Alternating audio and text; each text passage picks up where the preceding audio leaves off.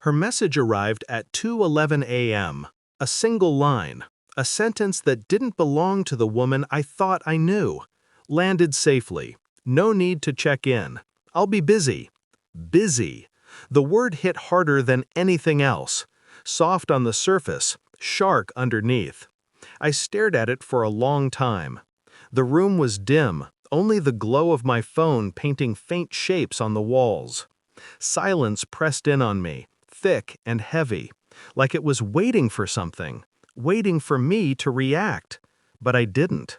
I just breathed in, slow, controlled. Her voice replayed in my head, that moment 2 nights ago when she laughed at the dinner table, surrounded by friends. "Stop acting like we're married," she said. "You don't get a say in where I go or who I'm with." They laughed. She smirked. I smiled, quietly. Because sometimes silence is the last mercy you give a person before you stop giving anything at all. Her suitcase was already by the door then. A weekend trip. A much-needed break. I didn't question it. I didn't stop her. I only watched her walk away, feeling something inside me shift, like a door slowly closing and another one quietly unlocking. The message at 2:11 a.m. only confirmed what my instincts had whispered long before.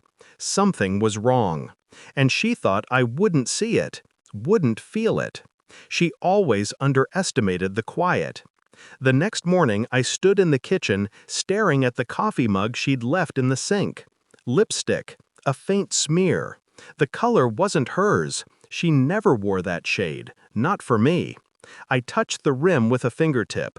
Cold, like her tone, like her sudden distance these past months, like the way her phone always faced down on the table, like the way she said a friend was driving her to the airport but wouldn't say who. Small things, harmless to anyone else, but patterns to a man who lived by them.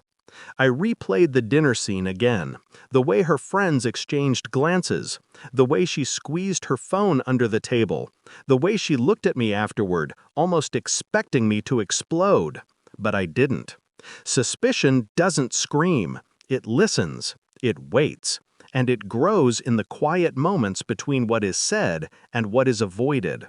She thought calling me controlling would disarm me. She thought mocking my concern would make me retreat. But betrayal has a scent, a temperature, a pace, and hers was getting harder to hide. I looked around the apartment that morning. Everything was where it always was, but it didn't feel the same. There was a faint echo behind each memory, a shadow behind each smile we once shared. A question behind her "I love you." She said I had no say in where she went or who she was with. She was right, because I no longer wanted a say. I wanted the truth, and the truth never hides for long. I didn't ask her where she was, didn't call, didn't text. Instead, I started with her phone bill. A number, repeated calls, late nights, weekdays, weekends. The pattern was unmistakable. I checked our door camera logs. 2 nights before her girls' trip, she left the apartment at 1:47 a.m. and returned at 4:12 a.m. She said she couldn't sleep. I watched the footage again. She was smiling when she left. She wasn't smiling when she returned. Guilt changes posture. It stiffens the shoulders, avoids mirrors. I noticed. Next came the location history from her shared tablet.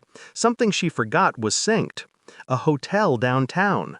Twice in 1 week. Always the same room number.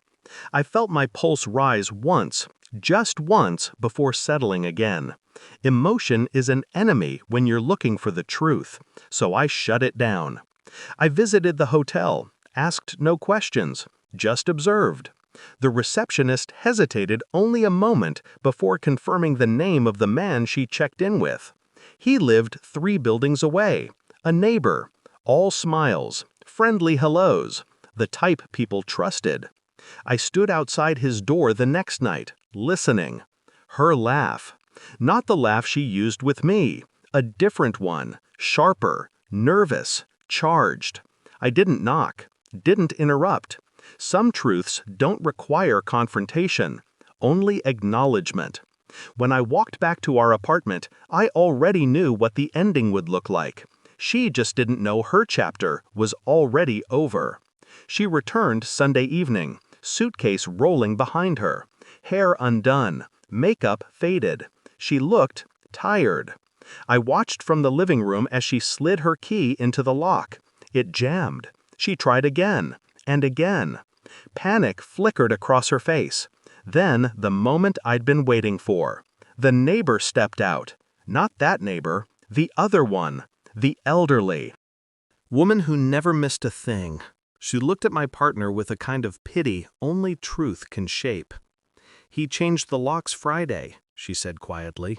"He said you wouldn't be needing the old key anymore." My partner froze. Her eyes lifted to mine through the open window. Shock, confusion, fear, all layered beautifully. I opened the door, handed her a simple envelope.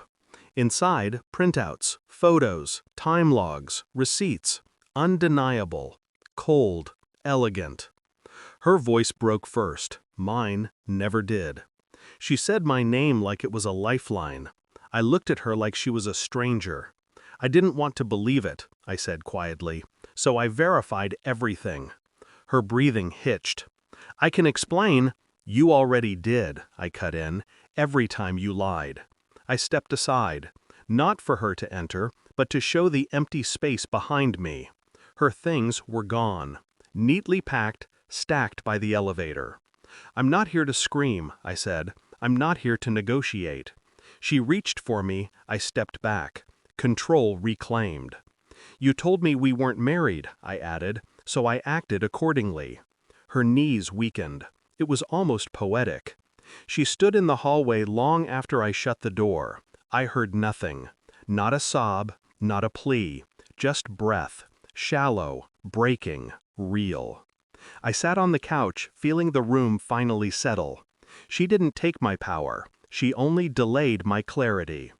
People always assume silence means weakness. They forget silence is where decisions are made, where endings are written. And as I listened to her footsteps fade down the hall, I felt nothing. No regret, no anger, just truth. Cold, clean. Relationships don't end when someone leaves. They end the moment one person stops being worth coming home to.